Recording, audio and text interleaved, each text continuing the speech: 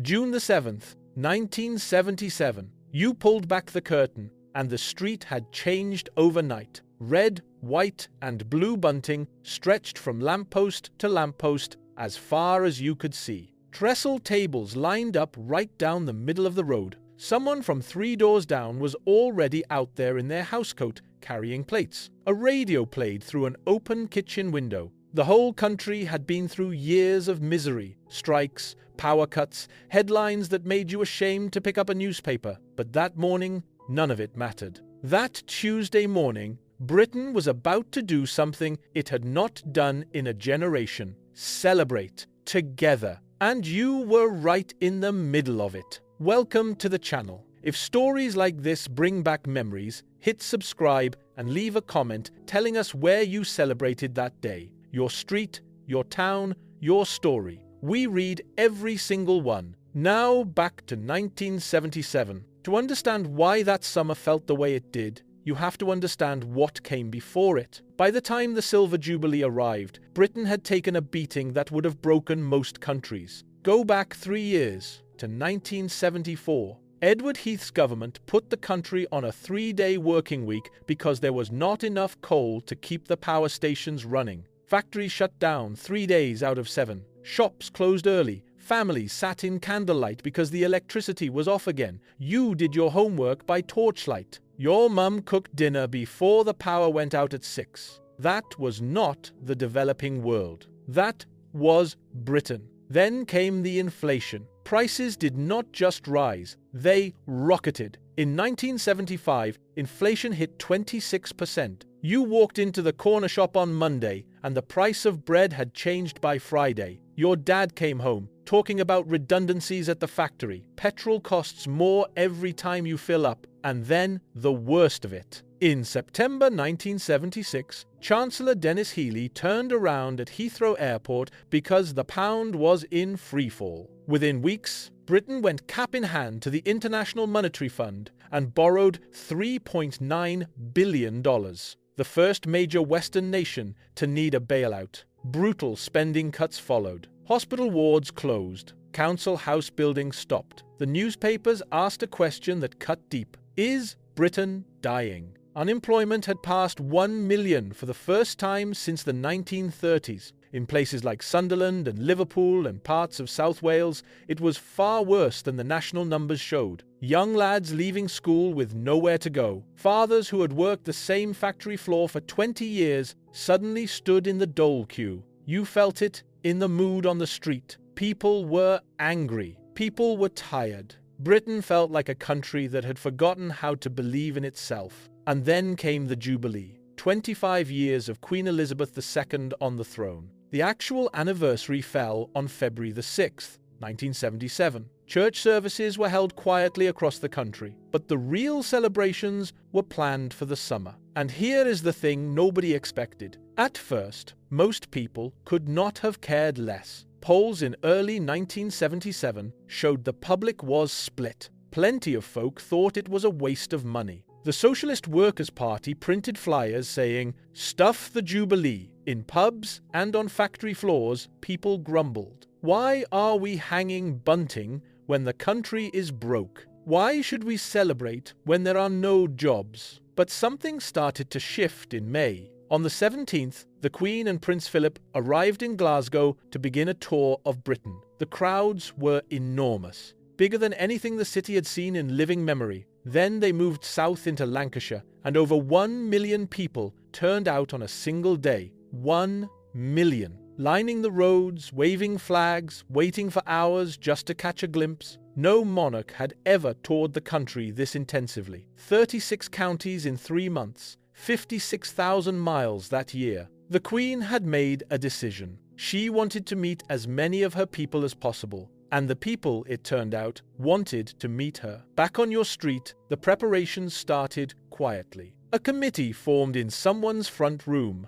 Your mum and Mrs. Henderson from number 14 sat at the kitchen table cutting triangles of fabric and stitching them into bunting. Somebody knocked on every door with a tin, collecting 10 pence here, 20 pence there, toward the food and the decorations. You watched the Union Jacks go up in windows. First one house, then 3, then the whole street. The co-op filled its shelves with Jubilee mugs and Jubilee tea towels and Jubilee biscuit tins. The Royal Mint struck millions of commemorative crown coins. Every child in the country was going to get one. You probably still have yours in a drawer somewhere. By late May, the skepticism had melted away. Even the people who had said they could not care less were painting their front fences red, white, and blue. Something was building across the country. You could feel it in the air. On the evening of Monday, June the 6th, the Queen stood in Windsor Great Park and lit a bonfire beacon. It was the signal. Across the country, 96 beacons answered. Hilltop to hilltop, coast to coast, fire calling to fire through the darkness. In villages and on cliff tops and in city parks, the flames went up.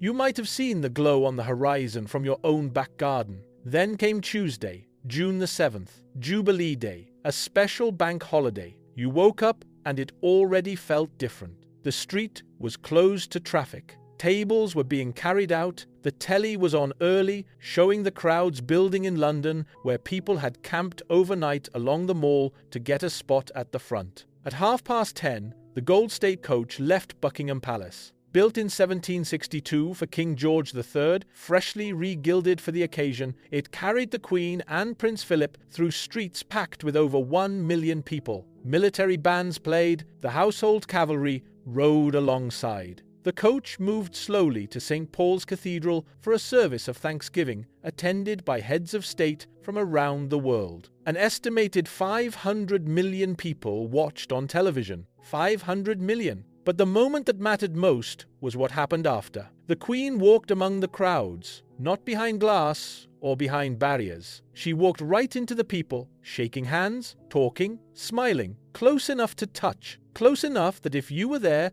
you could have reached out and spoken to her. It felt personal. It felt real. But the real Jubilee was not in London. It was on your street. Over 4,000 street parties took place across London alone. Across the whole of Britain, around 12,000. Trestle tables and wallpapering tables dragged out of sheds and garages, lined up end to end down the middle of the road, covered in paper tablecloths printed with the Queen's face. Plates of paste sandwiches, sausage rolls, fairy cakes with red, white, and blue icing, bowls of jelly and trifle, jugs of orange squash for the kids, bottles of pale ale and sweet sherry for the adults. You sat at that table next to children from 3 doors down whose names you had never bothered to learn before. Paper hats on every head, paper plates, paper napkins. Someone's dad carried out a record player and set it on a chair by the front door. Someone else brought the radio so people could hear the broadcast from London. Then came the games. Egg and spoon races down the middle of the road. 3-legged races, sack races, musical chairs on the pavement. A fancy dress competition where kids turned up as beefeaters and cowboys and little queens with paper crowns and one lad dressed as a punk with a bin bag and safety pins, and everyone laughed. In Chester Road in Walthamstow, they had a Punch and Judy show on a makeshift stage. In South Shields, a school caretaker named Ken Wright filmed the whole thing on his Super 8 camera. In Whitley Bay, a man called George Bond filmed the children of Ocean View tucking into sandwiches and cakes. Even the pet dog wearing red, white, and blue. These little home movies, shaky and sun-bleached, are some of the most honest records of what that day actually felt like. Not the grand ceremony, the real thing. Your neighbours out of their houses, talking to each other, laughing together, sharing food they had made with their own hands. For one day, nobody was a stranger. You ate more jelly that afternoon than you would eat for the rest of the year. You ran until your legs gave out. You sat on the curb with sticky fingers and a paper crown falling over your eyes, and you were completely, perfectly happy. And it was not just a party. It was permission to feel good about your country again. After years of bad news, after the 3-day week and the power cuts and the IMF and the headlines that never stopped, here was a day when being British did not feel like a burden. It felt like something worth celebrating. Not everyone celebrated, though. And this is part of the story too. On May the 27th, the Sex Pistols released their single God Save the Queen through Richard Branson's Virgin Records. The BBC banned it. nearly every independent radio station refused to play it. It reached number 2 in the charts. Many believed it was deliberately kept off number 1 to avoid embarrassment during Jubilee week. On the evening of Jubilee Day itself, Malcolm McLaren chartered a riverboat called the Queen Elizabeth. The Sex Pistols set up on deck and played as the boat sailed past the Houses of Parliament. Johnny Rotten, Sid Vicious, Paul Cook, and Steve Jones blasting out Anarchy in the UK and God Save the Queen with the Palace of Westminster behind them. The police sent boats to surround them. The vessel was forced back to dock. 11 people were arrested. McLaren was beaten and dragged away. It was a provocation and a publicity stunt, but it was also something real. A generation of young people who felt the Jubilee was papering over cracks in a country that had no future for them. The filmmaker Derek Jarman was already shooting his own film called Jubilee. The Socialist Workers' Party held a People's Jubilee at Alexandra Palace. For some, the celebration felt hollow. But here is the truth of it. You might have had the Sex Pistols single hidden under your bed and a Jubilee mug on the kitchen shelf at the same time. Plenty of people did. The two things were not as far apart as they seemed. Both came from the same place. After years of bad news, after the 3-day week and the power cuts and the IMF and the headlines that never stopped, here was a day when being British did not feel like a burden. It felt like something worth celebrating.